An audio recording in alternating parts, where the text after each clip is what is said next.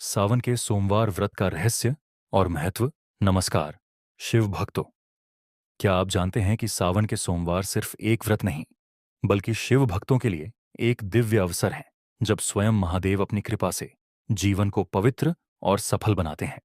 आज हम जानेंगे सावन सोमवार व्रत की प्राचीन कथा, इसका गुप्त रहस्य, ऐतिहासिक पृष्ठभूमि और वो भूगोल जो इसे दुनिया के सबसे अद्भुत पर्वों में से एक बनाता है। सावन का महीना क्यों विशेष है? भारतीय पंचांग के अनुसार वर्ष का 5वां महीना सावन या श्रावण कहलाता है। मान्यता है कि इसी माह समुद्र मंथन हुआ और इसी समय भगवान शिव ने विषपान किया। विष के प्रभाव को शांत करने के लिए देवों और ऋषियों ने उन्हें जल चढ़ाया। तभी से सावन में शिवलिंग पर जलाभिषेक और सोमवार का व्रत विशेष रूप से महत्व रखता है। सावन सोमवार व्रत की कथा। एक प्राचीन लोक कथा के अनुसार एक निर्धन ब्राह्मण और उसकी पत्नी ने संतान प्राप्ति के लिए सावन सोमवार का व्रत किया। वर्षों बाद उन्हें शिवजी की कृपा से एक पुत्र रत्न की प्राप्ति हुई। यह पुत्र बड़ा होकर राजा बना। यह कथा बताती है कि सावन सोमवार व्रत से इच्छाएं अवश्य पूरी होती हैं, चाहे वह संतान सुख हो, विवाह हो या सुख समृद्धि।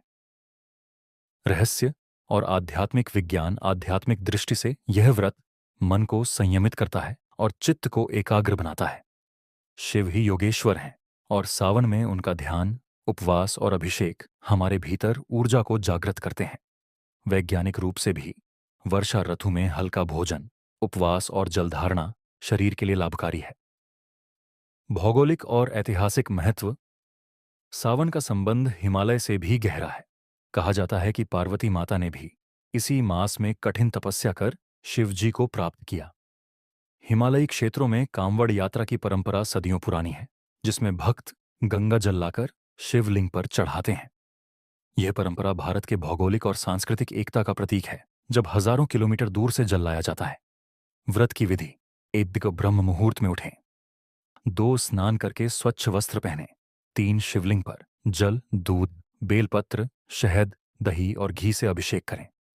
4 AUM नमः शिवाय मंत्र का जाप करें। 5 दिन भर फलाहार लें या निर्जल उपवास रखें। 6 शाम को आरती करके प्रसाद ग्रहण करें।